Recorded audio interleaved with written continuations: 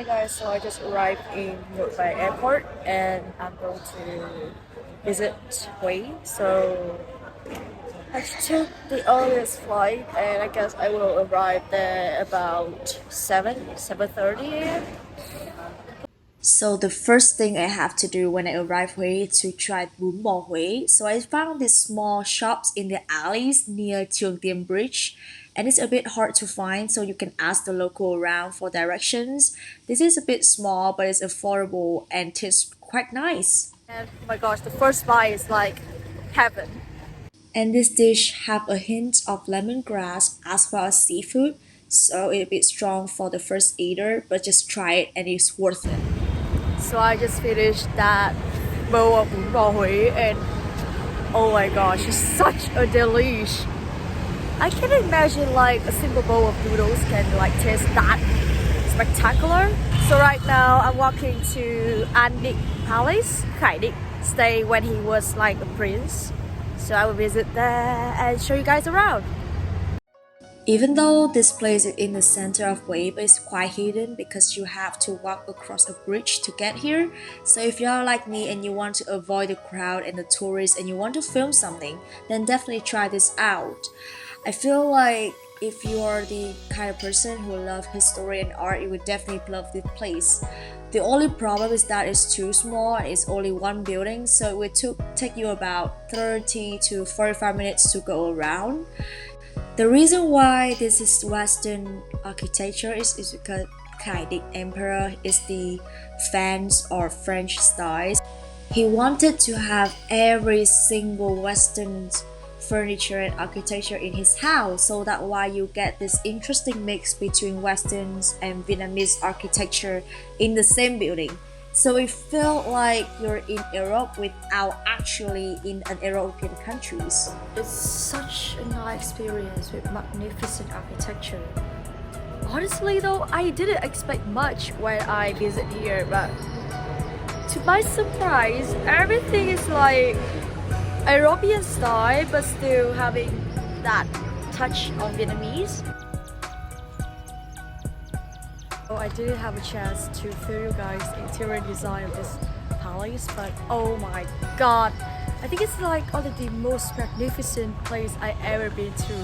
Just look at the exterior design. So if you guys want to know how does this one look like inside, please visit An Định Palace at 97 Phan Đình Phùng Street. Right next to An Định Place is the place to sell traditional cake with alleys. I never been here before. Let's give it a shot. It's called bánh tèo, which is a kind of rice cake with shrimp and crispy pumpkin on top. You cannot order a single one, but you have to eat like an entire set. So I already ordered two. Really good like this one. So to any those who eat or vegetarian, I don't think this dish will suit you. But it's quite light. Actually, it's like just a bit of it for one dish. Hopefully I can finish all of this because I also have this dish which is called bánh mụn nọc.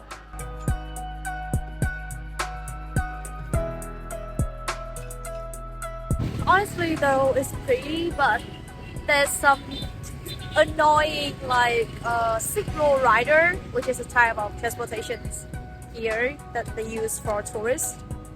And he kept asking me like, "Do you want to ride? Do you want to go around?" I already said no, but he's still keep nagging me and try to get me on the ride.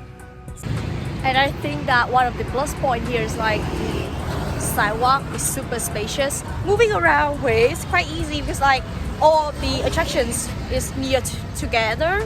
So there's like a combo ticket if you want to visit all of that, and it will last for like 2 days.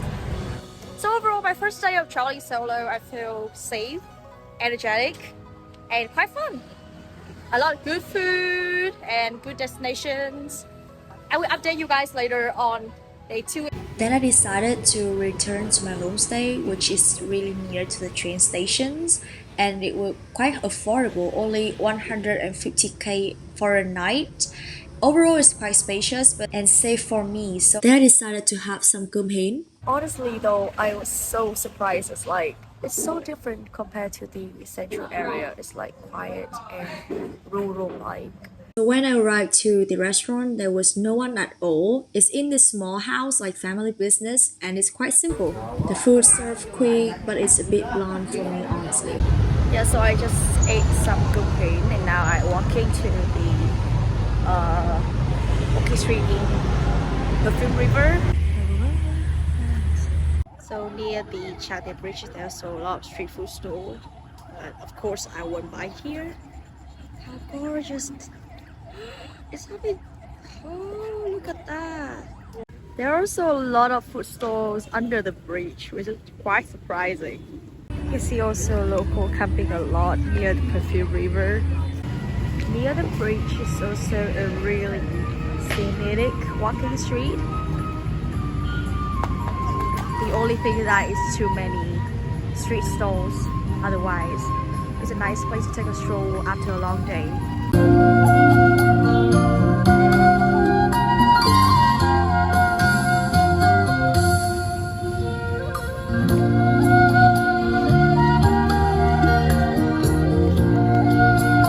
When I sat by the river, I feel like all my worries just fade away, and my first night just ended like that. Day 2, and I decided to give this place that my local friends suggested a try. This is bún chả cá or fish cake noodle soup. There's a lot of locals around here, and my first impression is that the noodles look quite vibrant and spicy. Overall, it has a seafood taste with spicy broth, so it feels a bit like bún bò Huế as well. So that was a truly delightful meal with only 25,000. What the hell? But like the only problem is that it's too little. So my next destinations in my food tour is bánh ép, which is a famous street food of Huế. So this is called bánh ép, literally a rice cake with shrimp and pork. Overall, it tastes like a chewy mochi cake with a hint of shrimps and pork with this dipping sauce for fish sauce. I saw this crowded noodle shop right next to this place, so I gave it a shot. So this is bún nghệ, which is a sauce with pork, organs, and turmeric-based noodles.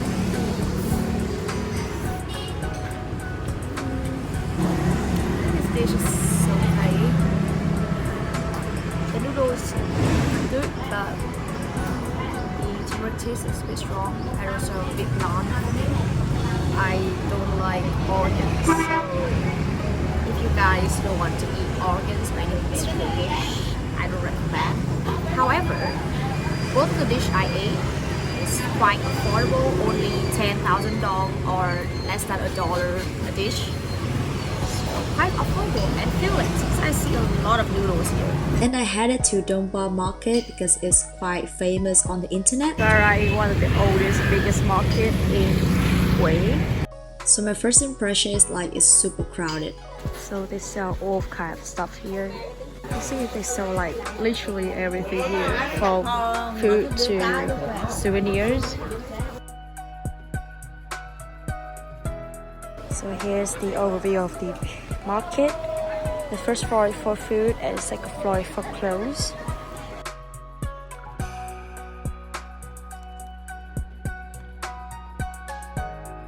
So I just came across this beautiful cafe. It's on the second floor of Dong Ba Market. There's like this hidden like wood door that leads you to this cafe. Firstly guys, Dong Ba is just not worth it. But if you want to have something to do after visit the market, then you can just give this cafe a try. The price is a bit high compared to other coffee shop, but the interior design is nice, and you also get this balcony area outside to watch on the street, which is, I think it's quite good. And also I see a lot of locals here drinking coffee, which I'm quite surprised. I ordered a kombucha because like I'm so sick of this weather. I discovered this gorgeous park near the Chengdian Bridge where you can get the overview of the Perfume River without the crowd. Honestly, sit here and make you feel like a philosopher yourself. Afterward, I get a bit hungry, so I decided to try bánh khoái, which is a famous pastry in Hue, and I chose the most famous shop to eat. So this is called Huai, which is a steak in Hue. So I can try. I think it's like pork, shrimp, bit of bean sprout, eggs, and a tiny.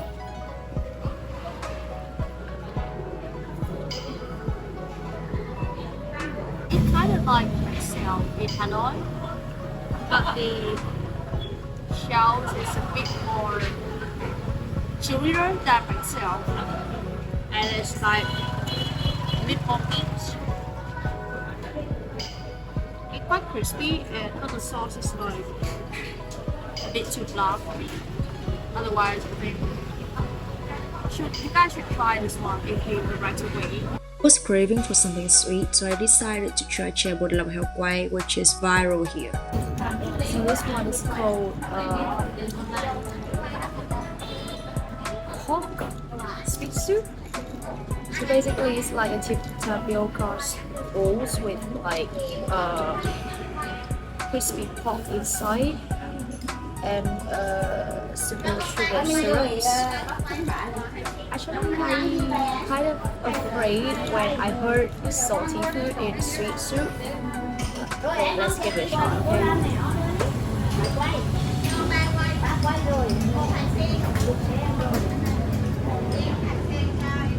It's quite interesting. It's like a char siu fillings. The pork is on the sweeter side with the chewy cover and the kind of sweet syrups kind of thing that complement the saltiness of the pork. Honestly, if I wasn't saw this on the menu as the special with soup, I would never try it. But surprisingly, quite suit my taste. Okay, so overall, it's good, but oh my god, for these people eat this soup like super sweet. I feel like I have a diabetes eating this, but flavor wise, it's quite nice. The only problem is that it's too sweet. Otherwise, I feel like it's a decent place to visit, and a lot of locals there as well. I'm just on the other side of the Perfume River, and guys, it's way less people compared to the other side. Like so much less people. So if you want to have a walk across the Perfume River, but you feel like it's too crowded, give it a try. Cross the bridge, and there will be a park right here for you without the hustle and bustle of the tourist place. Guys, I've just been catcalled on the bank of Chengdian River, Chengdian Bridge, and oh my gosh, like there's like this elder guys who keep trying to get me on his bike. Guys, especially girls, please be careful when you travel to Hue solo like me, because even though Hue is safe and friendly, some guys will be a little bit rude and also kind of dangerous for you. So when you go to Hue, I think you should wear a bit, you should cover yourself up a little bit, and also go back to your homestay before 10 p.m. or 11 p.m. because like at night you cannot guarantee anything. So when you travel solo, it is also my lessons. When you're traveling solo, please